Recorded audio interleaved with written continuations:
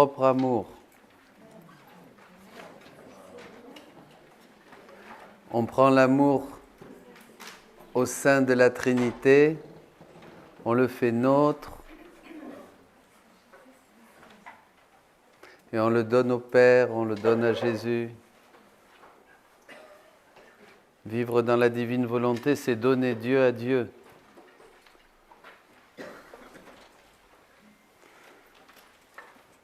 Une dame me demandait qu'est-ce que c'est les rondes.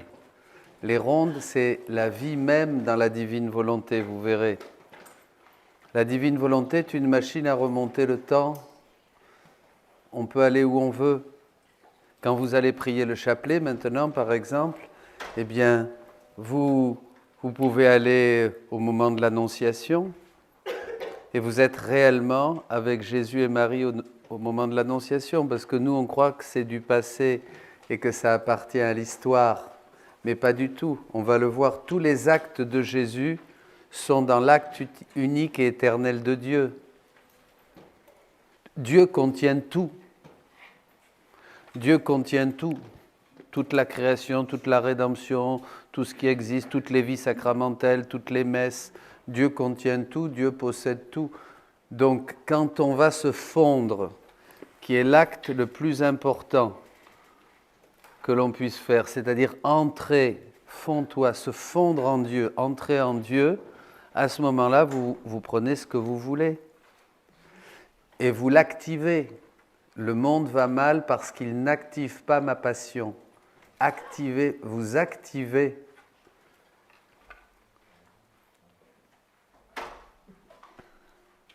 Les mystères de Jésus. D'accord ? Alors, je veux revenir, ce soir, on va aller un peu plus loin, ce que le frère a soulevé. On va revenir sur cette question. D'abord, sur la Vierge Marie, 9 février 1919. On va voir ça sur la Vierge Marie et après on va voir la question des messages, comme on dit privés. Oui, on va voir ça. D'abord sur la place de Marie, on va voir 2 textes. Je poursuis sur ce que j'ai écrit, voilà, vous l'avez en haut, sur ce que j'ai écrit le 29 janvier. Je disais à mon doux Jésus, comment est-il possible que je sois le 2e maillon de jonction avec ton humanité ? Il y a des âmes qui te sont si chères que je ne mérite même pas d'être sous leurs pieds. Il y a d'abord ton inséparable maman qui occupe la première place à tout point de vue. Il me semble, mon doux Jésus, que tu veux blaguer avec moi. Quoi qu'il en soit, pour la plus cruelle déchirure de mon âme, je suis contrainte par la sainte obéissance à mettre cela sur le papier. Oui, ça, bon, on en reparlera peut-être. Non, on n'en reparlera pas, mais... Louisa a vécu une obéissance qui a été pour elle très douloureuse, parce qu'elle n'avait pas du tout envie de tout ça et d'autres choses. Bon, enfin, vous voyez. Mon Jésus, vois mon martyr. Pendant que je disais cela, mon toujours aimable Jésus me dit en me caressant, « Ma fille, pourquoi t'inquiéter ? N'est-ce pas mon habitude de prendre de la poussière et d'en former de grands prodiges de grâce ? Tout l'honneur est pour moi. Plus le sujet est faible et petit, plus je suis glorifié. Ma mère, quant à elle, n'a pas le second rôle dans mon amour, dans ma volonté, mais elle forme un unique maillon avec moi. » C'est-à-dire que Jésus explique dans le livre du ciel que Marie n'est pas un deuxième, c'est le même maillon, c'est le même travail, c'est la même œuvre co-rédemptrice. Et il explique de plusieurs aspects, ce qui fait vraiment de Marie la co-rédemptrice, elle est unique, la médiatrice de toutes les grâces, par sa maternité divine. D'accord ? Donc ça, Jésus l'explique. Là, mais là, je vais juste aller à 2 textes pour un petit peu fermer, voir ce que nous avons touché. Donc, elle forme un unique maillon avec moi. Toutes les âmes me sont très chères, mais cela n'exclut pas que j'en choisisse l'une ou l'autre. Une personne me demandait ça à la porte, pour une fonction et à qui je veux donner la sainteté nécessaire pour vivre dans ma volonté. Les grâces qui n'étaient pas nécessaires pour d'autres, que je n'ai pas appelé à vivre dans la sainteté de ma volonté, te sont nécessaires à toi, que j'ai élu à cet effet de toute éternité. En ces temps si tristes, je t'ai élu pour que, vivant dans ma volonté, tu me donnes un amour divin, des réparations et des satisfactions divines, lesquelles ne peuvent se trouver que chez les âmes qui vivent dans ma volonté. En ces temps, mon amour et ma volonté veulent que je me répande davantage en amour. Ne suis-je pas libre de faire ce que je veux? Quelqu'un pourrait-il m'arrêter? Non, non, donc calme-toi et sois fidèle.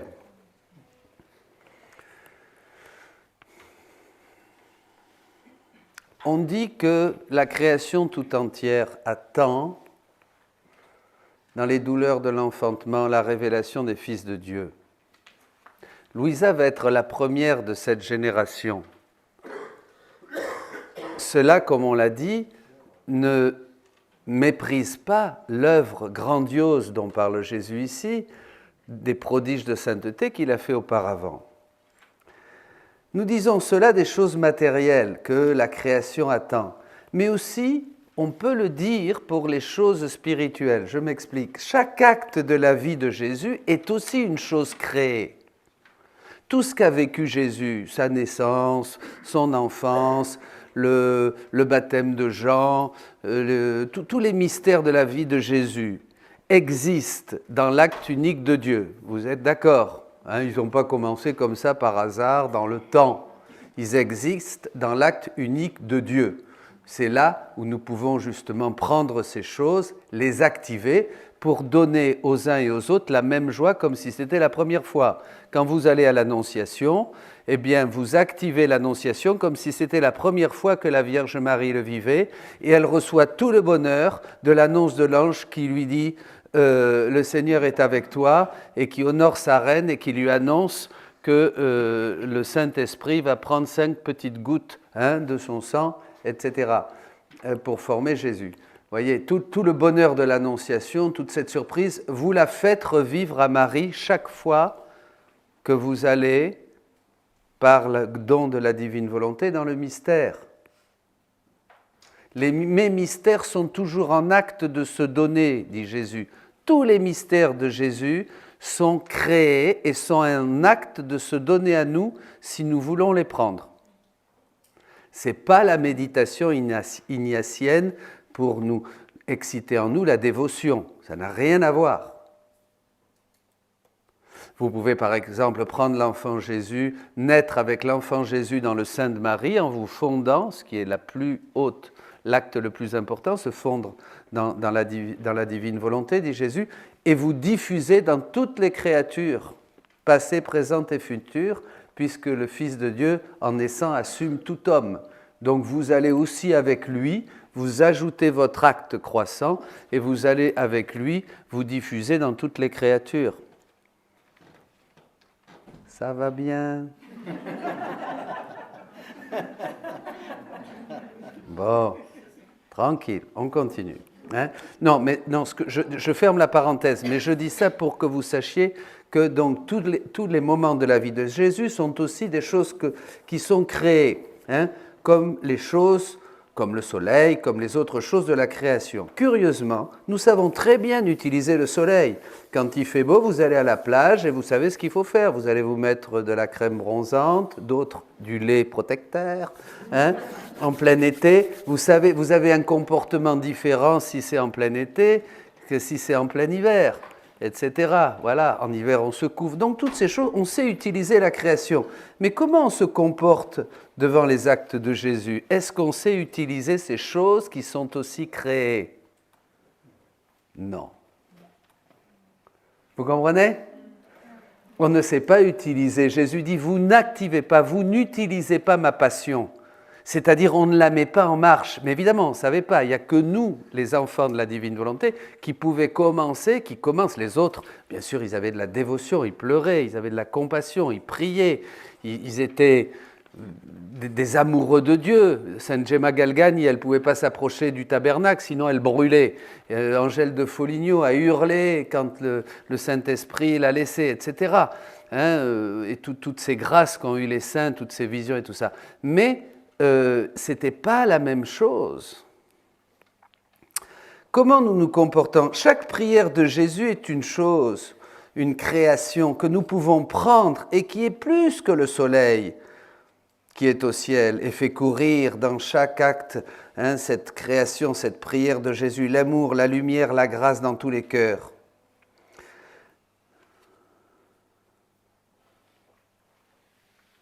Alors, quand saint Paul nous dit que la création tout entière gémit dans les douleurs d'enfantement, en attendant ses enfants de lumière, afin qu'ils puissent la faire naître, cette création, la faire accoucher, parce qu'elle souffre, elle est dans les douleurs. On pense toujours à la création matérielle et on ne comprend pas très bien ce que ça veut dire. Mais cela vaut aussi pour tous les actes de la vie de Jésus. Tous les actes de la vie de Jésus sont suspendus et attendent les enfants de la divine volonté pour que vous les fassiez vôtres et que vous leur permettiez de naître, que vous les accouchiez au profit de toutes les créatures et pour glorifier le Père.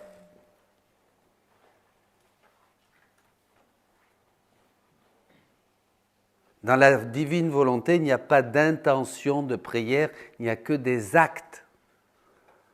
Parce que Dieu est acte. Mais il a fallu nous enseigner d'abord à pratiquer la loi. Certainement que l'air et l'atmosphère gémissent, beaucoup moins que ces douleurs d'enfantement que veulent mettre à jour toute la vie de Jésus.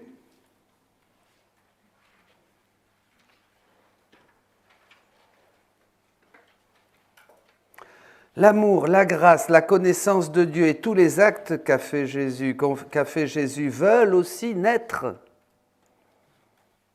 Ils attendent. Qui c'est qui peut faire naître ces actes? Nous, en faisant des rondes dans la divine volonté, en allant, en prenant ces actes et en rajoutant ce que je vous ai dit à la messe, Dominique, Muriel, Pierre, ça n'existe pas. Dieu va faire sortir de son sein son mystère, plus moi qui l'accueille et qui y mets mon je t'aime. Vous comprenez? C'est l'acte croissant. Ce sont les cieux nouveaux et les terres nouvelles qui naissent et qui explosent dans l'univers et dans le monde de Dieu et qui réjouissent tous les bienheureux. Bon, ça c'est un thème très très important. Vous vous imaginez bien plus que le soleil, une seule prière de Jésus est dotée de tant de connaissances, de tant de grâce, de tant d'amour de Dieu pour nous. Peut-on imaginer cette douleur d'une prière de Jésus chargée de tant de choses? Elle gémit dans les douleurs de l'enfantement en attendant la révélation des fils de Dieu, comme dit saint Paul dans Romains 8. Vous pouvez imaginer ça? Elle meurt du désir de nous donner tout cela. Et elle ne le peut pas, parce que nous nous trouvons dans la zone de la volonté permissive. Vous vous rappelez? Ma volonté agit de deux manières, d'une manière permissive et d'une manière voulue. Dans la zone de la volonté permissive, l'homme ne capte rien, ne voit rien, ne sent rien. Il est juste là. Il subit. Dans la volonté voulue, on peut monter, jusqu'à arriver à laisser la divine volonté agir et œuvrer en nous. Les degrés d'union. D'accord? Bon. C'est la volonté de Dieu voulu qui souffre ces douleurs d'enfantement bien avant la création, bien sûr. Elle veut nous enfanter à tous ses biens, mais elle nous trouve dans certains, dans cette zone de la volonté permissive, et ici nous ne pouvons rien recevoir. D'autres se trouvent dans la volonté de Dieu voulue, mais juste résignés. Ils sont là. On peut continuer à vivre comme vous voulez. Hein. Vous pouvez continuer à vivre sans vous poser de questions. Comme me disait un père, allez à la messe le dimanche et point barre. Ben oui. Ben oui. Hein? Voilà. Donc tous ces actes de Jésus souffrent parce qu'ils cherchent. Jésus ne peut pas faire sans nous. Il a besoin maintenant d'humanité de surcroît, des humanités de surcroît, comme disait sainte Élisabeth de la Trinité, vous vous rappelez? Donc voilà ce que maintenant nous pouvons faire. Et il trouve les créatures qui sont toutes recroquevillées sur elles-mêmes à la recherche de leurs petits intérêts spirituels. Et donc il y a une douleur de ces actes que Jésus nous offre et nous demande d'accoucher, de faire naître avec tous les biens de sa vie divine. Dans cette zone de la volonté de Dieu voulu, la petite créature est là et elle ne fait rien. Elle est résignée. Ou elle fait... Voilà. Alors, qu'est-ce qui se passe avec les écrits de Louisa? D'abord, Dieu a fait cette œuvre si grande. Il a mis Louisa dans la zone de la volonté voulue.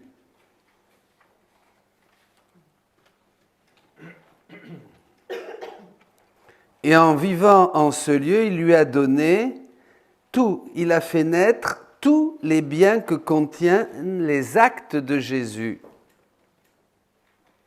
Tous les biens des actes de Jésus, tous les biens que contient la divine volonté depuis toute éternité, vont se trouver en Louisa. C'est cela qu'il y a de nouveau. C'est cela le nouveau de Louisa. Et c'est cela que l'on ne peut pas rajouter à la révélation publique, car elle est close. Comprenez? On parle donc de choses très différentes. On ne rajoute rien, et encore moins Louisa. Nous voulons simplement, nous, maintenant, apprendre, comme Louisa, à nous mettre dans cette attitude de recevoir et de permettre à Dieu, à la divine volonté, d'accoucher tous les biens que contient sa volonté voulue. Comprenez? Il faut méditer ça vient... Dans la volonté voulue, on y entre... on y était déjà, les Juifs y étaient, les Hébreux. À partir de l'incarnation, on fait un saut énorme dans la volonté voulue, parce qu'on va découvrir plus de choses. Par exemple, tu aimeras ton ennemi, tu prieras pour ceux qui disent du mal de toi, tu présenteras l'autre joue, tu prends ta croix et tu me suis. Quoi d'autre encore? Aidez-moi. Si tu as un problème avec ton adversaire, règle-toi avec lui. Priez sans cesse. Pardonnez 7 fois, 77 fois 7 fois, etc., etc. Donc, voyez le bon qu'on fait dans la rédemption. L'espace de la volonté voulue de Dieu, c'est-à-dire ce que Dieu veut et désire, s'illumine comme une grande pièce qui s'allume. D'accord? Et là, donc, on peut vraiment aller plus loin. Jésus a mis Louisa dans cet espace, il lui a révélé toutes ses connaissances. Il lui a fait découvrir que ses actes sont toujours prêts à se donner. Et donc là, on fait encore un bond. Ce n'est pas qu'il y a quelque chose de plus qui se rajoute à la révélation publique, c'est absolument impossible. Mais c'est nous qui apprenons un savoir-faire que Dieu de toute éternité avait préparé pour nous, pour que nous arrivions à une parfaite ressemblance dans l'agir. Et c'est ça que nous allons apprendre comme des petits à faire. Alors je vais lire un texte.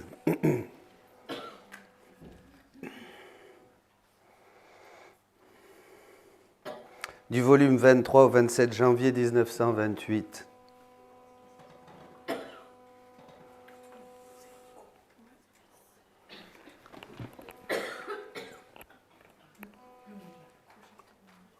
Si je mets comme ça bouge pas. Mais bon, si je mets comme ça fait du bruit. Je reste comme ça. Alors. Qu'est-ce qui se passe? Ma fille, ma fille, tu dois savoir que la rédemption renfermait le royaume de ma divine volonté. D'accord? Et que tous les actes que j'ai accomplis contenaient les deux royaumes, avec cette différence que j'ai fait don des actes qui concernaient ma rédemption en les manifestant ouvertement, car ils devaient servir de préparation au royaume de ma divine volonté. Donc tout ce qu'a fait Jésus dans l'Évangile, c'était une préparation.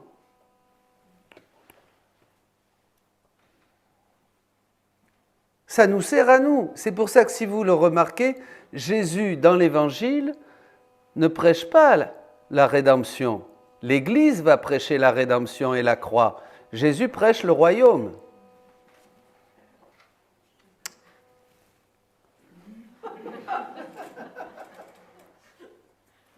Or,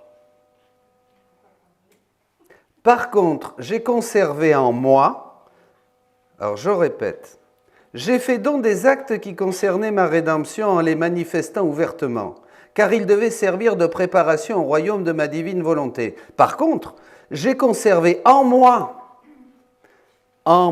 c'était implicite, c'était pas encore explicite. C'est ce que le catéchisme dit, que la révélation publique est close, mais au fil des siècles, l'Église, sous l'action de l'Esprit Saint, il faudrait reprendre le texte, je l'ai par là, doit expliciter.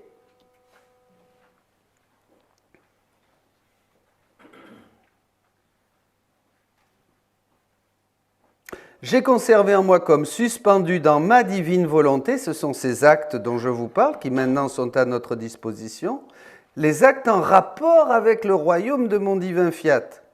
Or, tu dois savoir que lorsque notre divinité décide de manifester extérieurement une œuvre ou un bien, nous choisissons d'abord une créature où déposer notre œuvre. Car nous ne voulons pas que ce que nous faisons reste dans le vide et sans effet, ni qu'aucune créature ne soit dépositaire de nos bienfaits. Jésus dit à Louisa ailleurs, nous ne savons pas faire de choses inutiles. C'est pourquoi nous en appelons au moins une. Si les autres créatures ingrates refusent de recevoir nos bienfaits, il en est au moins une en qui nos œuvres peuvent être déposées. Et lorsque nous sommes sûrs d'elles, nous nous mettons à l'œuvre. Dans la rédemption, la dépositaire de tous mes actes était mon inséparable maman. Donc, tous les actes de la rédemption, tous les actes de Jésus ont été déposés en Marie. Extraordinaire. Non inséparable. Mais parce que Marie était inséparable de son Fils. On peut dire que lorsque j'allais respirer, pleurer, prier, souffrir et faire tout ce que j'ai fait, c'est elle que j'appelais d'abord pour recevoir mes respirations, mes pleurs, mes souffrances et tous mes autres actes que je déposais en elle. Après quoi, je respirais, je pleurais, je priais. C'est la maternité divine. C'est fou, hein? On ne savait pas ces choses. Mais c'est normal. Jésus ne peut rien faire que sa mère ne lui ait enseigné. Nous, on prenait Marie comme ça, quoi. Voyez, vous vous rendez compte? La place, la grandeur, la beauté de la Vierge Marie, la Mère de Dieu.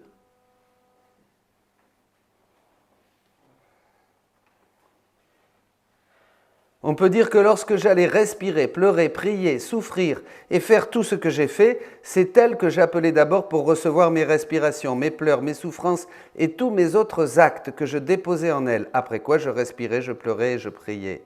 Cela aurait été pour moi insupportable et une souffrance plus grande que toutes les autres si je n'avais pas eu ma maman en qui déposer mes actes. Il lui fallait sa maman pour déposer ses actes. Et comme tous les actes de la rédemption contenaient ceux du royaume de la divine volonté, je t'appelais déjà Louisa.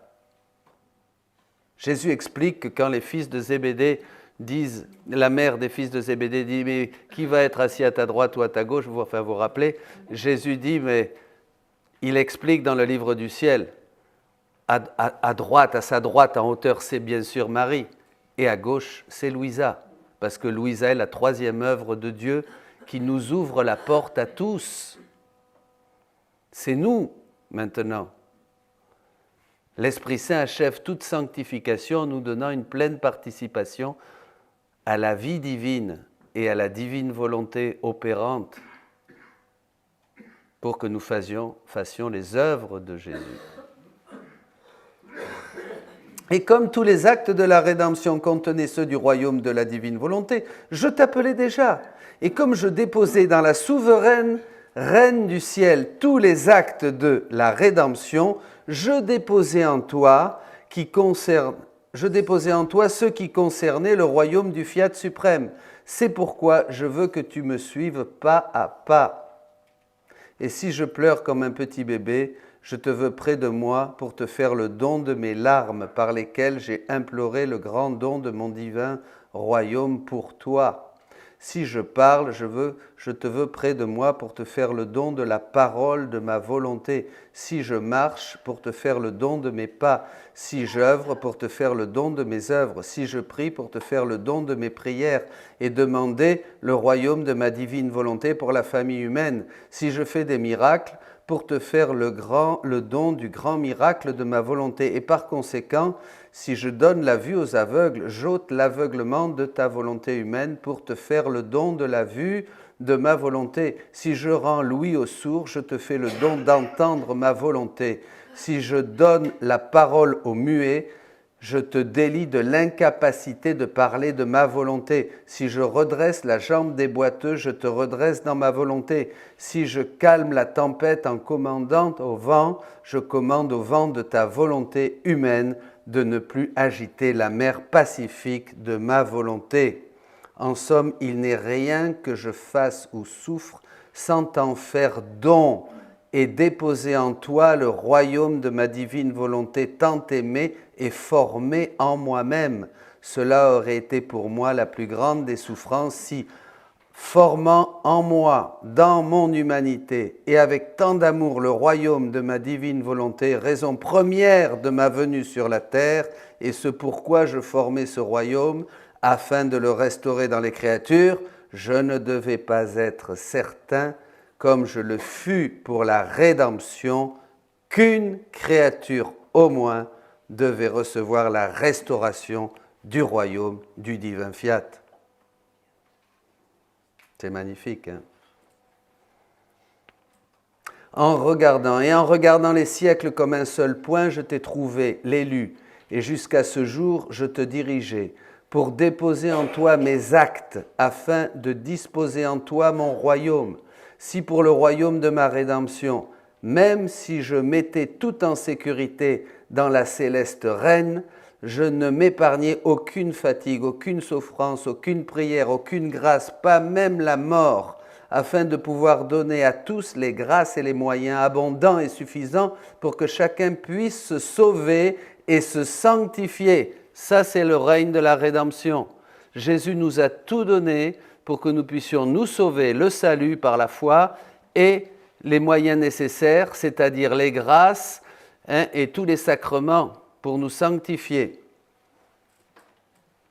Et suffisant pour que chacun puisse se sauver et se sanctifier. De la même manière, bien que je mette tout en sécurité en toi, j'en fais tout autant pour le royaume de ma divine volonté et je n'épargne rien, ni enseignement, ni grâce. Ça, c'est tout ce qui se trouve dans le livre du ciel. Donc, il y a quand même des choses que Jésus n'avait pas dites, comme il a dit d'ailleurs dans l'Évangile. C'est ça que nous avons besoin nous-mêmes.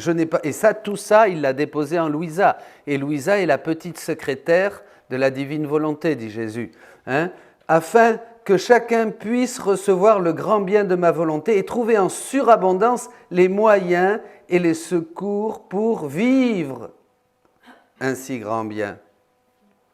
Il s'agit d'un vivre. J'attendais avec tant d'amour et une telle impatience ta venue sur la terre. Ça, vous pouvez penser aussi que c'est pour vous. Mais comme ça. Eh bien oui, parce que vous pouvez maintenant, si moi je le fais, pourquoi ne peux-tu pas faire la même chose, dit Jésus, à chacun? Qu'est-ce que ça va changer? Qu'est-ce que ça vous coûte maintenant de commencer à vivre dans la divine volonté? De découvrir les effets, les trésors, les biens, les merveilles qui se trouvent dans le livre du ciel. C'est le petit livre amer et doux à la bouche et amer aux entrailles que l'ange donne à Jean. Mission, là, des frères. C'est ça le petit livre de l'Apocalypse. Doux parce que ce sont des connaissances qui nous captivent, qui nous séduisent, qui nous plongent dans le divin. Amer parce qu'évidemment, il faut laisser régner la divine volonté, ce qui implique de faire mourir notre volonté humaine et d'arriver à notre néant. On n'évite pas la croix, personne ne va au Père sans passer par moi. Je suis le chemin, la vérité et la vie. D'accord ? Hein, mon fils, si tu savais ce que signifie un acte suspendu, accompli par ton Jésus, pensez, un acte suspendu, tous ces actes qui sont en attente que toi, tu le prennes. Quand on fait des rondes, moi j'aime bien prolonger le rosaire. Je médite Gethsémani, mais après je fais une ronde sur les apôtres qui dorment et je répare, par exemple, on répare pour tous ceux qui dorment dans la prière et ils sont nombreux. Hein, voilà. Après, on continue comme ça. Je répare le baiser de Judas, je donne un baiser à Jésus et je le console du baiser de Judas qui trahit. Voyez ? Et on continue, vous pouvez prolonger. Je crois que la Vierge Marie, dans sa pédagogie de mère, nous a laissé le Saint-Rosaire pour justement commencer à poser les bases des rondes dans la divine volonté où nous approprions les actes suspendus de la vie de Jésus pour les faire nôtres, les activer et glorifier le Père encore une fois comme si c'était la première fois et les diffuser sur toute l'humanité, passée, présente et future. Voyez ce qu'on fait?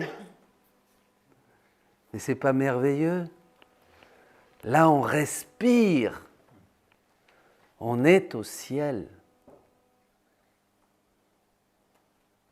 Si vous ne voulez pas la vie du ciel, fermez le livre du ciel. Parce que Jésus dit, ça ne t'intéresse pas de commencer la vie du ciel sur la terre. Rappelez-vous le texte qu'on a lu ce matin. Embrassez son infinité. Allez partout, même depuis la terre, dans tous les cœurs. Avec moi se multiplier.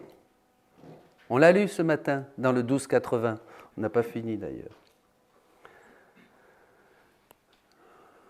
Si tu savais ça, oh, comme tu te dépêcherais, ça c'est pour chacun de nous, de recevoir tout le dépôt de mes actes afin de leur donner vie, car ils contiennent autant de vie divine, et comme tu te hâterais de les faire connaître,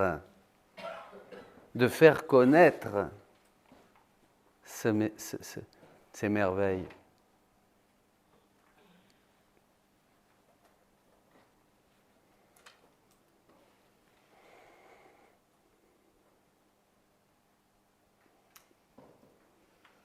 Bon, voilà, on pourrait continuer. Ça. Pas s'il y a des questions.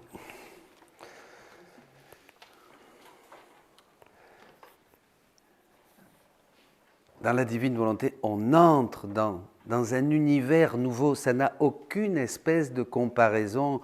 Ce n'est pas un message. Pas comme le message de la Vierge Marie, message ici, message de Josefa Menendez, message des petites âmes à Margarita. Vous voyez, ça n'a rien à voir.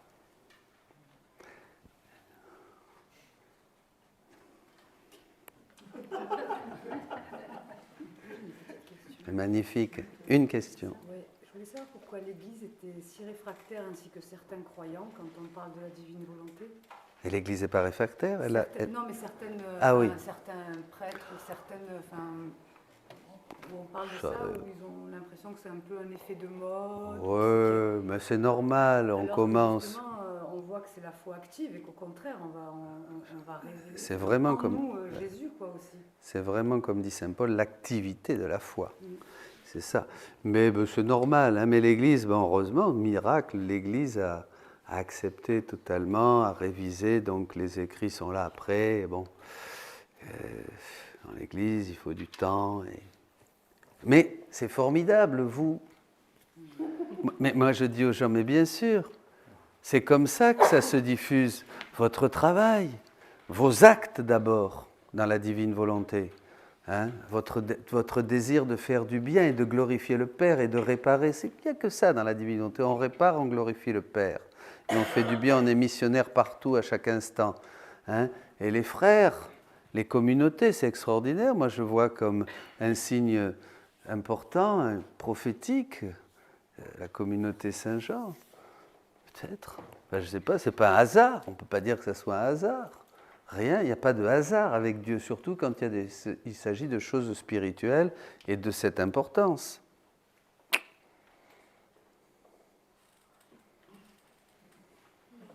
Est-ce que quand la petite Thérèse a dit de faire tout par amour, même de passer le balai, la serpillière, est-ce qu'on est bien dedans dans cet acte de divine volonté? On n'est pas dedans. C'était déjà, c'est-à-dire c'était l'union. Prends l'exemple, Père Marie-Eugène, prends l'exemple de deux religieuses, l'une qui balaye avec vite fait, bien fait, parce que la supérieure va arriver et elle veut que la supérieure, c'est nickel, hein, vraiment bravo. Hein, donc il y a une recherche. Et l'autre qui balaye peut-être moins bien, mais qui le fait avec amour pour Jésus. Celle-là reçoit un mérite, une grâce, et l'autre non. Mais dans la divine volonté, il ne s'agit pas de... C'est comme si vous dites, d'ailleurs Jésus, au début, d'une manière pédagogique, dans les premiers volumes, il enseigne un peu Louisa, viens, qu'on dit, viens Jésus balayer avec moi. Hein, et on balaye avec Jésus. En fait, il n'y a pas une substitution, ce n'est pas Jésus qui est en nous qui balaye à notre place, parce qu'il y a des erreurs comme ça. En fait, c'est moi qui va profiter dans mon acte des attributs divins. Je vais demander que dans mon acte vienne la divine volonté agir, c'est-à-dire au lieu que ce soit un acte qui parte de ma volonté propre, de ma volonté humaine, qui est protagoniste en tout chez moi, c'est moi qui choisis, même ma manière de prier, le prêtre que je veux qui me confesse, dans quelle église, ce que doivent faire mes enfants, qu'est-ce qu'on va... On choisit tout, vous voyez, notre volonté a pris une telle place que la divine volonté n'a aucune place en nous pour régner. On nous a juste dit qu'il fallait faire la volonté de Dieu et baisser les chines devant le grand Dieu Tout-Puissant et dire Amen, Seigneur, comme tu veux. Hein, bon, voilà, c'est déjà pas mal. Hein, mais, bon, là, il y a des saints qui vont quand même plus loin. Mais dans la divine volonté, c'est-à-dire je vais lui demander, elle va venir se nicher dans mon acte et Dieu va me la prêter chaque fois que je suis fidèle, chaque fois que je veux, chaque fois que j'approfondis dans ses connaissances. Sa divine volonté va m'être prêtée pour agir avec moi, concourir avec moi. Et peu à peu, ça va commencer à devenir comme une deuxième nature.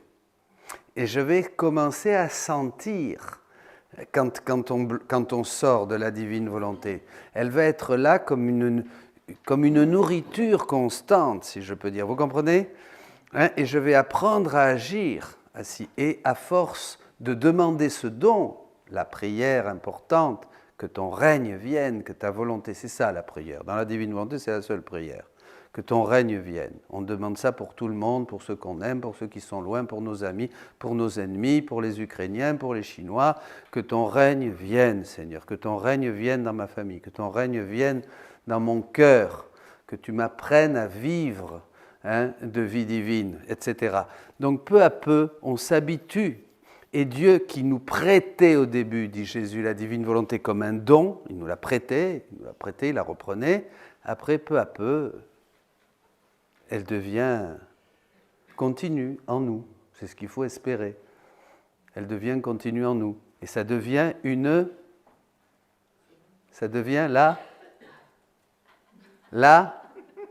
la vie.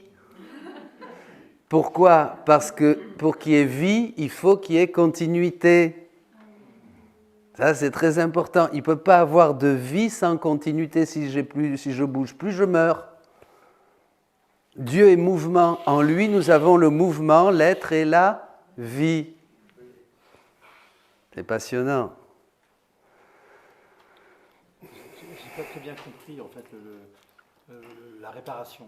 En quoi le fait d'essayer de vivre un acte dans la divine volonté, on répare pour les âmes passées, présentes et futures? Parce que tu fais ce que faisait, ce que continue à faire Jésus.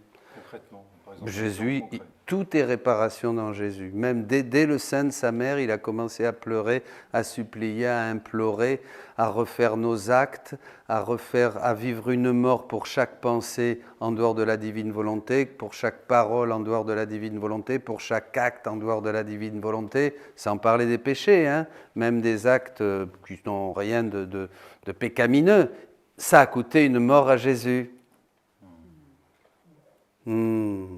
C'est dur, hein, ça.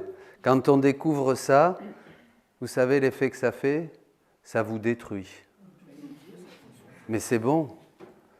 Ben oui, quand je pense à tous ces actes que je fais et que j'ai faits, hein, en dehors de la divine volonté, parce que tout doit revenir au Père.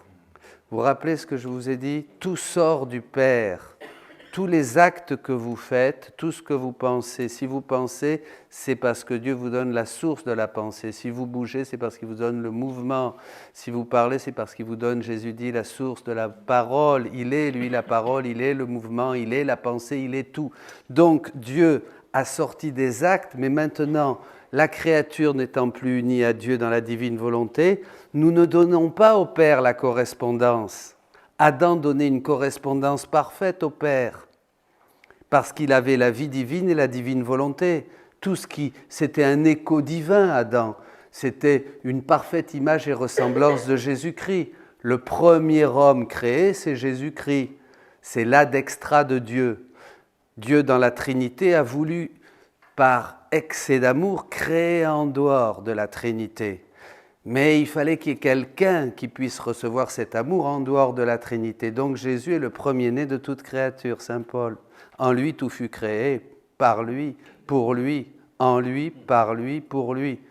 Donc l'adextra de Dieu, c'est d'abord Jésus-Christ, qui de toute éternité est dans le sein de Dieu. D'accord? Et ensuite, sur le modèle de Jésus-Christ, est formé l'homme à l'image et à la ressemblance de Dieu. Le problème, c'est que l'homme a zappé, parce qu'il ne pouvait faire qu'avec sa volonté humaine, qui le rendait libre comme Dieu, un acte opposé à Dieu. Et là, Dieu a dû sortir, avec tous ses dons, avec la vie divine et la divine volonté. Et nous nous sommes retrouvés comme nous sommes, c'est-à-dire seulement avec nos attributs, c'est-à-dire nos misères, qui sont bien. Et on a commencé à vivre. Non, misère pas seulement au sens négatif. Jésus même avait des misères. Il était fatigué, il devait marcher, il suait, il expérimentait aussi les choses du monde, les tentations. Hein, on s'imagine que Jésus, il était... Non, Jésus a dû tout vaincre avec sa volonté humaine. Les tentations, il a dû souffrir la violence du psychopathe, il l'a senti. La violence du tueur en série, il l'a vécu dans sa chair. Et il l'a vaincu avec sa volonté humaine. Il a vécu la violence de celui qui a été agressé et la haine de se venger. Il l'a vécu, il l'a senti dans tout son être et il l'a vaincu avec sa volonté humaine. Il a tout vécu comme nous, sauf le péché. Il n'a jamais péché, bien sûr, mais il a tout vécu et tout souffert. Et ça, pas seulement les tiens, ni les miens, mais de tous les hommes de tous les temps. Et à chaque fois, ça coûtait une mort au Christ et il donnait une vie. Nous avons mis à mort en nous la vie divine dès que nous avons laissé et mis de côté la divine volonté. Jésus a fait l'inverse. Il a mis à mort en lui notre volonté humaine pour laisser vivre la divine volonté. Et maintenant, nous allons faire comme Jésus. Voyez, ça ouvre des horizons théologiques infinis. C'est infini, là. Il n'y a plus de limites. Le livre du ciel, il n'y a plus de limites. C'est exponentiel. C'est-à-dire, à la fin de votre vie, vous comprendrez peut-être 10%. 20%, je ne sais pas. Il n'y a même pas une question de comprendre, parce que c'est vivre. On ne peut que vivre. Parce qu'en entrant dans la divine volonté, Jésus veut nous donner sa vie divine. Sa vie divine. C'est ça ce que dit le catéchisme au numéro 521. On le lira peut-être demain. Hein, c'est ça, ce que dit Saint Pierre aussi. Il nous faut faire participer de sa nature. Le comble de l'économie du salut est que la créature participe à la vie de la bienheureuse Trinité. 261 du catéchisme, plus ou moins, c'est comme ça. Hein. On sait ce que c'est participer à la nature de la Trinité. On n'a pas idée. C'est une participation à la vie divine, à la divine volonté et aux attributs. Il n'y a pas d'autre partage possible. Dieu ne va pas nous donner quelques dons comme ça, tiens, je te partage quelques charismes et quelques dons. Non. Là, il s'agit d'une participation à la nature divine. C'est-à-dire, on partage sa vie, on partage sa volonté, on partage ses attributs. C'est la grandeur de l'homme, c'est la dignité à laquelle nous sommes appelés, c'est ce que nous étions. Mais nous sommes tellement loin de ça, nous avons tellement peu idée de ce que nous sommes, que nous nous sommes complètement dévalorisés. Et que l'homme se bestialise de plus en plus, ça, c'est sûr. Vous voyez ? Eh oui, nous sommes des chéris de Dieu, les beautés de Dieu. Quand on lit la création de l'homme dans le livre du ciel, Dieu il dit « Je suis tombé amoureux de l'homme ». Je suis tombé en extase amoureux de l'homme. Tellement c'était beau. Mon chef-d'œuvre, le chef-d'œuvre de la création. Il avait tout donné à l'homme. Adam avait tout. Tout était soumis à Adam. Il régnait, comme dit la Bible, il régnait sur toute la création. Il avait donné un nom à tous les animaux. La science infuse. Il avait la science infuse, bien sûr, et tout. Vous voyez ? Donc, il faut retrouver ces choses et le savoir et s'en réjouir et les vivre. C'est ça qui va nous revaloriser. C'est ça qui va nous donner ce vrai souffle de la vie chrétienne. Sinon, qu'est-ce que nous allons faire ? Nous allons continuer à vivoter, à faire nos petites choses. Hein ? Ben oui, Jésus dit, ça fait 2000 ans que vous faites ça. Il dit ça fait 2000 ans que vous méditez. Ben oui, là, on voit bien qu'on est dans une impasse. On voit bien qu'il n'y a pas d'horizon.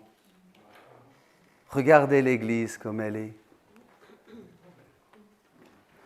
Elle est belle, mais elle est agonisante, dit Jésus dans le livre du ciel.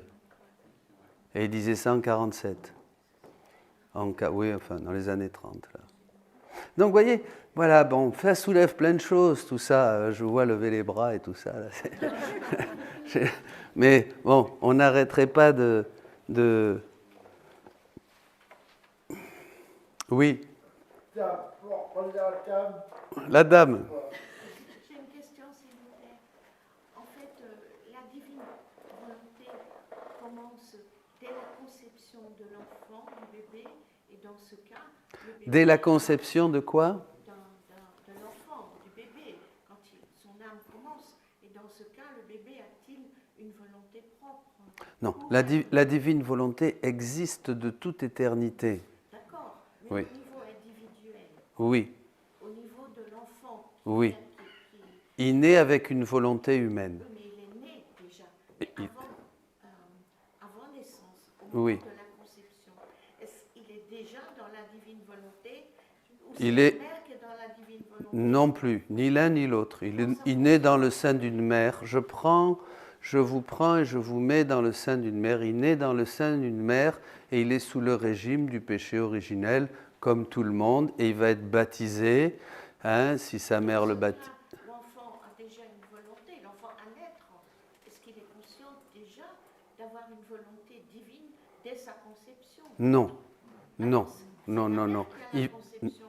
Non, il va grandir en sagesse et en grâce. Mais avant naissance.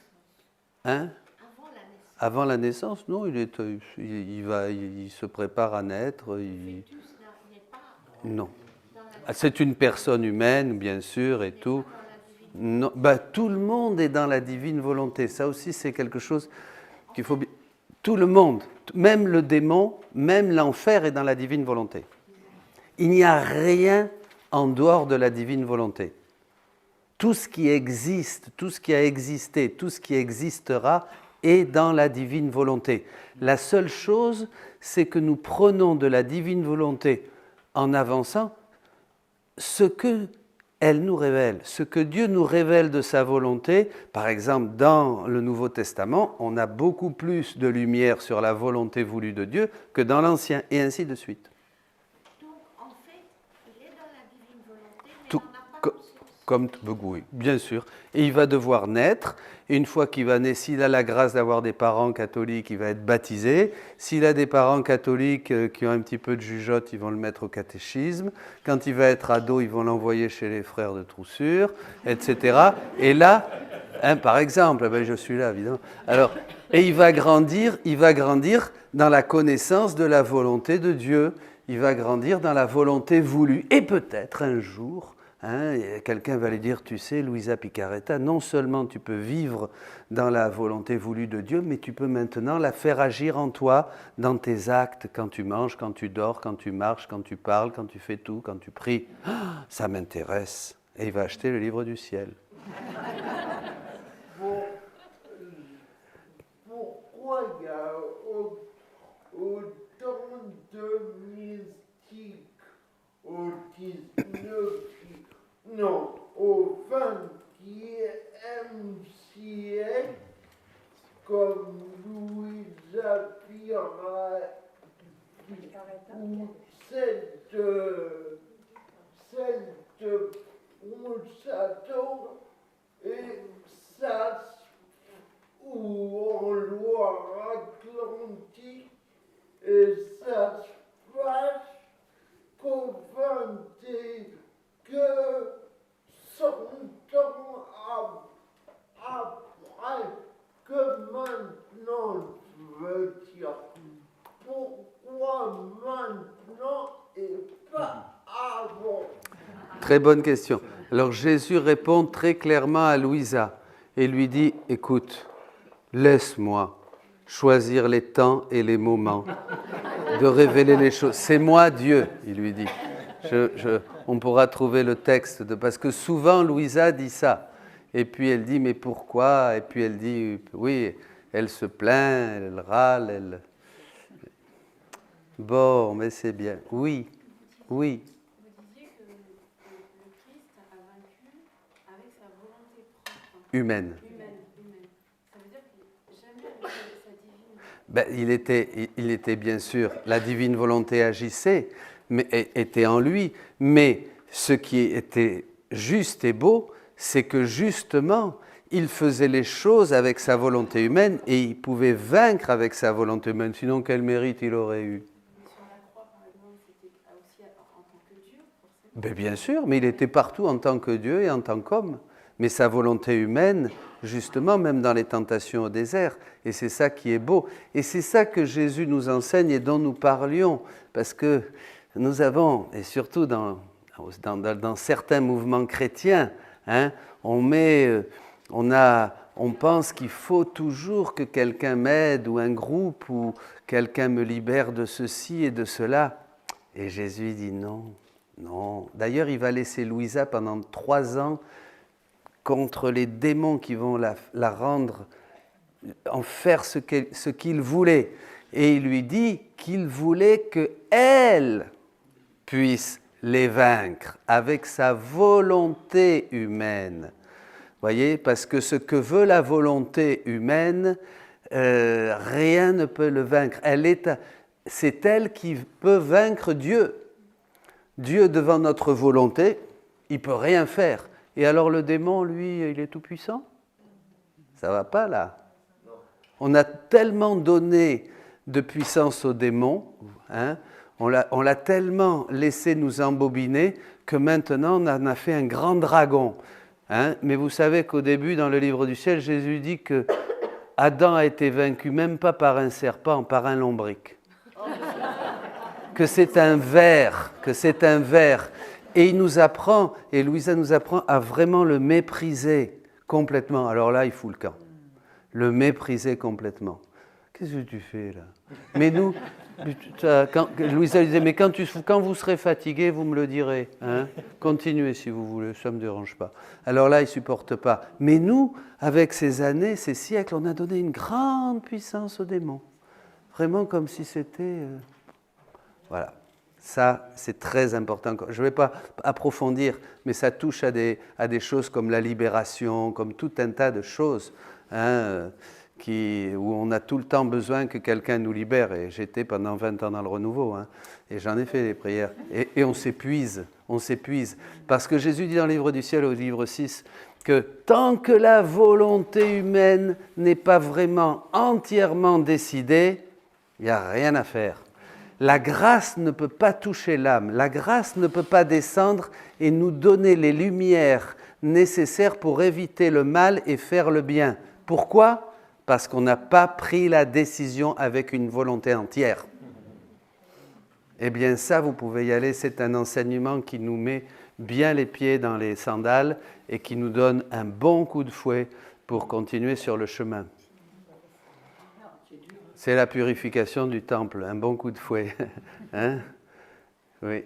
Non, ça c'est très très important, on ne peut pas creuser ça maintenant, mais c'est fondamental ça.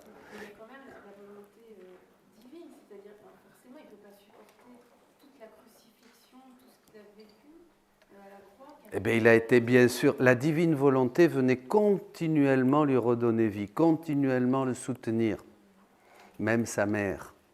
À un moment où il n'en pouvait plus, elle est venue, hein, et elle lui a donné, comme elle lui avait donné la vie la première fois, elle lui a permis de continuer. Parce que Jésus est mort pas une fois, il est mort des millions et des centaines, des milliards et des milliards et des milliards de fois, puisqu'il est mort pour chaque acte, pour chaque pensée, pour chaque parole que tous les hommes de tous les temps ont commis en dehors de la divine volonté, afin de refaire cet acte et qu'ils repartent vers le Père. Tout est sorti du Père, tout doit rentrer au Père. Dieu doit être à la fin tout en tous et il doit être glorifié totalement et avoir une correspondance d'amour pour tout ce qu'il a donné. Un retour, une restitution. Vous comprenez? Magnifique ça. C'est pas de la comptabilité, c'est qu'en Dieu tout est parfait. La justice est parfaite, la miséricorde aussi. Ça paraît quand même impossible à réaliser pour soi-même. Qui? Nous? De réaliser ça? Ben non, mais il nous le dit, que ça se passe comme ça. Et toi, tu dis Amen, Alléluia. Pas besoin, ça va se faire tout seul grâce à Dieu. C'est-à-dire que si vous enseignez aux gens à vraiment utiliser leur volonté d'une manière ferme, vous allez avoir moins de travail dans le renouveau charismatique. Ben oui, vous allez les éduquer. C'était même le principe jésuite, l'éducation de la volonté. Hein? Toute l'éducation jésuite était l'éducation de la volonté. Parce que bien souvent, on va demander la prière à un frère. Bon, je vous dis, j'ai pratiqué ça pendant des années. Oh, je me sens pas bien, là, tiens, prie sur moi, là, parce que je suis bébêté. Hein? Et puis, on va prier, faire une prière. Hein, mais si la personne, on s'est épuisé à faire des prières de libération, épuisé, la personne ne voulait pas.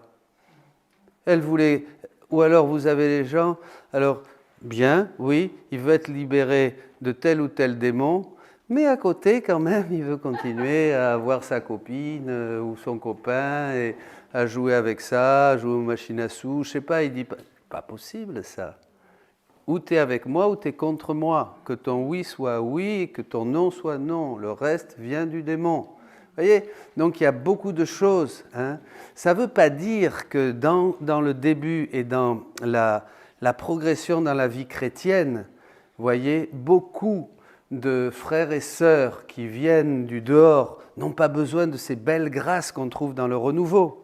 C'est extraordinaire, une chance pour l'Église, bien sûr, et on évangélise, et il y a de la puissance, et il y a des paroles de connaissance, et de la louange qui belle louange qui élève les âmes et qui permet de louer le Seigneur et de vivre quelque chose, d'être sensiblement touché dans nos émotions. Quelqu'un me disait il n'y a pas longtemps, oh là, cette parole qui m'a touché, waouh, elle était touchée dans ses émotions. On a besoin de ces choses-là. On a besoin d'être touché dans notre mémoire émotionnelle, si on peut dire. Ça nous fait du bien. Vous voyez, au début, surtout quand on vient du monde et qu'on est vraiment, on a besoin de ces groupes aussi. Mais après, il faut éduquer les gens. Après, il ne faut pas les maintenir là-dedans, où les gens viennent te voir, ah le père, machin, ah père Dominique, allez, posez-moi les mains là, vite. Et puis alors, oh, j'ai encore mal aujourd'hui. Ah, t'as encore mal, oui, c'est pas tout à fait passé ma douleur. Alors on va remettre une dose, venez les mecs, allez, shabababa, et on remet une dose, tu vois. Non, mais attendez, on tombe dans des trucs, dans des machins, non mais maintenant, avec le recul, qui sont ridicules, c'est vrai, hein, et c'est certain. Mais on ne voit pas tout ça. Hein, quand on découvre vraiment comment le Seigneur veut nous éduquer, nous faire grandir, hein, il veut éduquer notre volonté pour que nous décidions de prendre le chemin, pour que la fermeté revienne, la fermeté 104 fois dans le livre du ciel. Hein, je suis en train de travailler ça 104 fois avec fermeté. La fermeté est la plus grande des vertus. Il dit, c'est celle qui fait les saints de manière héroïque, la fermeté, vous voyez. Donc c'est quand même très important. Mais bon, on est une histoire. On est une histoire et on avance avec notre histoire. Et je crois qu'on cherche des chemins et des choses nous sont porteuses de grâce et tout ça. Mais il faut éduquer les gens dans le renouveau. Il faut les éduquer à être fermes, à apprendre à utiliser leur volonté pour s'enraciner dans des décisions et à faire les bons choix et à recevoir cette lumière, dit Jésus, qui va nous montrer le danger, nous faire éviter le mal et faire le bien. Vous voyez, il y a une grâce forte du Seigneur quand on est décidé. Et ça, le livre du ciel est vraiment une source de guérison. Énorme, impressionnant, impressionnant. C'est un nouveau baptême, dit Jésus dans le livre 11. Un nouveau baptême dans le feu. Hein? Pourquoi ? Je vais plus loin. Parce qu'il explique aussi qu'il veut qu'on soit tout à lui.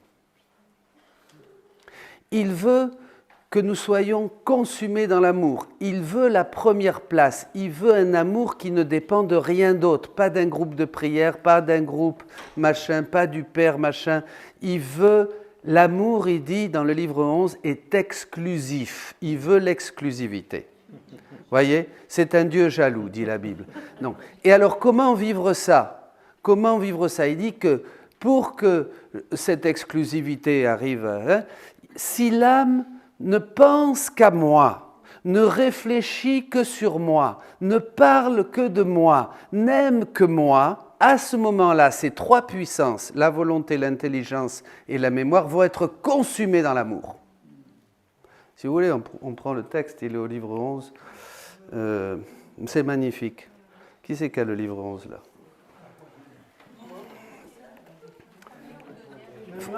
Et c'est là, bon, vous l'en trouverez demain, je ne sais pas où il est, il faudrait que je cherche, mais là ça va prendre du temps. Vous voyez, les trois puissances de l'âme doivent être, la volonté, l'intelligence et la mémoire, doivent être consumées dans l'amour. Et après il dit pareil pour les sens.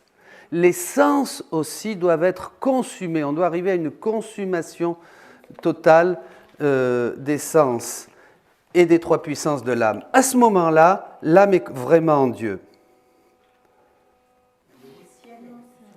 Pas au ciel, sur la terre, bien sûr. Et c'est ça, le prends ta croix et suis-moi. C'est ça, aimer Dieu par-dessus toute chose. C'est ça, aimer Dieu plus que mon mari, plus que mon épouse, plus que mes enfants, plus que toute chose. C'est ça que les gens ne comprennent pas. Aujourd'hui, on veut bien aimer Dieu, mais d'abord, j'aime mon fils. Alors quand j'ai dit ça sur le web, alors là, ça va. Mais je vais accepter des choses chez moi qui sont inacceptables. Pourquoi ? Parce que tu n'aimes pas Dieu. Mais c'est mon fils quand même. Je ne peux pas faire ça, je ne peux pas avoir ce discours. Il ne va plus revenir. Ben oui. Qu'est-ce qu'il faut faire alors ? Pactiser avec le mensonge ? est-ce qu'on aime Dieu? Où il est notre martyr? Si vous avez la chance que quelqu'un vous coupe la gorge pour Jésus-Christ, bon ben d'accord, mais si vous n'avez pas ça, où il est le martyr? Comprenez? On n'est pas congruent, et je parle pour moi le premier, j'apprends aussi, on n'est pas congruent. Jésus, il a posé les mains pour guérir et il nous a invités. Bien sûr, bien sûr. Il a imposé les mains, il nous a montré, et c'est la rédemption. Et Jésus faisait ces choses, bien sûr, à une époque, et on a continué à les faire. Oui, il nous a demandé de le faire. Mais tout ce qui est dans l'Évangile, ce sont des symboles. C'est réel, c'est réel. Mais ce que veut Jésus, c'est guérir les aveugles, guérir les sourds, guérir les muets, guérir les paralytiques. Et il te dit dans le livre du ciel comment faire, en agissant dans sa volonté. Tout ce qu'a fait Jésus dans l'Évangile prépare le chemin, montre le chemin, voyez, et a une signification que seul l'Esprit Saint va nous révéler au fil des siècles. Il ne faut pas être à la lettre tue, c'est l'Esprit qui donne la vie. Vous comprenez? L'Écriture doit être lue, les saints, la vie doit être lue dans la lumière du Saint-Esprit où nous cherchons ensemble la vérité, où nous recevons cette vérité qui nous vient de Dieu et qui nous visite et qui nous fait avancer dans le chemin et dans l'histoire. On ne peut pas être fixé sur des pratiques, fixé sur des choses, fixé sur une hyper-rigidité dans le sens, je ne sais pas, bon voilà, on rentre dans des trucs, si je dis ça, après je vais avoir des bombes. Je m'en garde. Et quels sont les conseils pratiques que vous pourrez donner pour justement, en partant de pratique, conseils pratiques pour vivre dans cette divine volonté, enfin d'essayer d'entrer dans cette divine volonté? Décidez-vous et le tour est joué, dit Jésus. Déjà, il faut se décider. À partir du moment où on est décidé, ça commence à naître en nous et ça devient, ça nous titille. On a envie de vivre de plus en plus. Et bien, on apprend qu'est-ce qu'on peut faire, puisqu'il nous révèle, Jésus, les connaissances extraordinaires qu'il y a dans le livre du ciel pour que nous les mettions en pratique. On met la parole en pratique. Parce que là, c'est une parole qui est d'une puissance qu'elle habite en vous, comme disait l'apôtre aujourd'hui dans l'antienne ou dans la première lecture, avec toute sa richesse. Voyez ? La parole est vivante parce qu'elle est renouvelée par le Saint-Esprit à travers les siècles, et là, d'une manière admirable, à travers ce don que Dieu nous fait de Louisa et de la divine volonté. On arrive à un moment charnière, là où le péché abonde, la grâce surabonde. Malgré que le monde s'enfonce toujours davantage dans le mal, je vais renouveler, et avec plus de force encore, mon amour, mes grâces, mes charismes, mes dons, des châtiments aussi, pour que l'homme revienne. Voyez, c'est la clé. Si vous n'avez pas la divine volonté, vous n'aurez pas de clé de lecture pour ce que nous vivons aujourd'hui. Vous ne comprendrez pas. Ça, c'est bien clair. On ne comprend pas la situation du monde. En toi, nous avons la lumière. Dans ta lumière, nous voyons la lumière. On ne peut pas comprendre la situation sans issue aujourd'hui, où Jésus dit dans le livre du ciel qu'il n'y a aucune solution. Ils cherchent la paix, ils font des réunions. Vous ne trouverez rien, il dit. Hein? Maman, bonne nuit, bisous. C'est bien.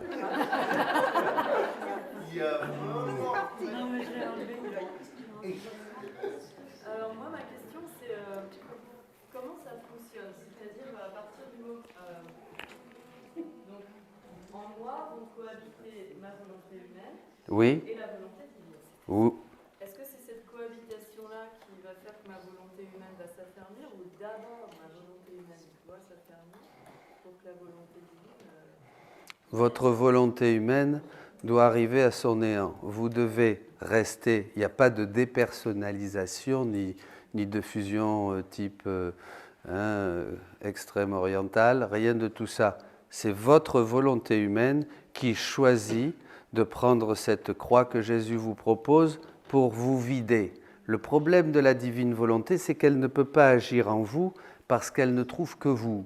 c'est vous qui avez vos plans, tout ce que vous avez mis, tout ce qu'on a mis culturellement et personnellement. Donc on est rempli de notre moi. Donc la volonté, dans le jardin d'Éden, dans le paradis, Dieu ne trouvait aucune opposition.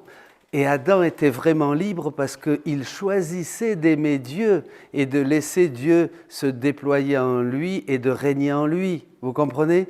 Nous, on s'est rempli de choses, notre volonté humaine s'est remplie de choses, de machins, de tout un tas. Bon, on pourrait là, hein? Et tout ça, ça empêche Dieu. Donc il faut se vider. Il faut vider notre volonté humaine et c'est ce que Jésus appelle, c'est pas arriver à l'humilité, hein, c'est pas arriver à la pratique parfaite de l'obéissance, à la pratique parfaite de la prière et tout ça. Ça, c'était dans l'ordre de la sainteté humaine, dans la rédemption, où il fallait la pratique. Mais même les pratiques des vertus, il va falloir les abandonner dans la divine volonté. Il va falloir arriver au néant. Et Thérèse avait cette intuition parce qu'elle disait que j'arriverai au ciel les mains vides. Et puis d'autres choses, elle dit. Donc, vous voyez, ça c'est très important parce que la pratique des vertus, telle qu'on l'a pratiquée, va être un obstacle à la vie dans la divine volonté. Il va falloir renoncer à ces vertus et laisser la divine volonté les absorber. C'est un autre thème qui est très intéressant, mais là, ça demanderait pas mal de temps. Je n'ai que toi comme vertu, disait Thérèse. C'est fini, on est fatigué là, mais arrêtez. Le père prieur est pas content. Voilà, c'est l'heure. Bon, allez, une dernière question. Oui, c'est le martyr de l'intention aussi. Enfin, moi, je sais qu'au départ, j'invitais un peu Jésus à venir jardiner avec moi, et au plus, je faisais ça, au plus. Il faut une attention continue. C'est le martyr de l'attention, pas de l'intention. C'est le martyr de l'attention. Et ça résume tout, c'est-à-dire être toujours attentif à ce que veut Jésus. Un dernier mot très important. Avec ça, allez dormir, ça va vous plaire. Et on rentre en silence et vous partez avec ça. D'accord ? Passez voir Jésus si vous voulez.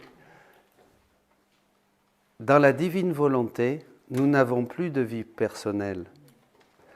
On ne cherche plus comme avant dans la rédemption des grâces et ceci et cela. Dans la divine volonté, si vous vous décidez, vous ne vous occupez plus que de Jésus qui souffre et il a besoin d'être réparé divinement. Dans la divine volonté, on ne s'occupe que de Jésus et vous n'avez que cette vie pour le faire, les années qui vous restent. Bonne nuit, que le Seigneur vous bénisse. On reste en silence et on médite cette parole.